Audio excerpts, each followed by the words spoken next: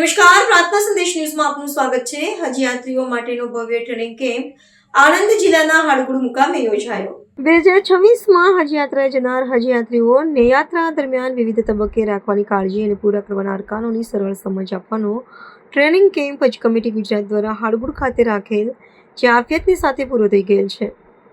આ કેમ્પમાં હજ કમિટી દ્વારા હજમાં જનારા હાજી સાહેબો તેમજ હજીયાણીઓએ મોટી સંખ્યામાં હાજરી આપી શાંતિથી હજના તમામ અરકાન સાંભળી જે સાથ સહકાર આપ્યો હતો તે બદલ અલ્લાહ તમામ હાજી સાહેબોને તેમજ હજીયાણીઓને બહેતરીનો બદલો અતા ફરમાવે એવી દુઆ કરવામાં આવી હતી।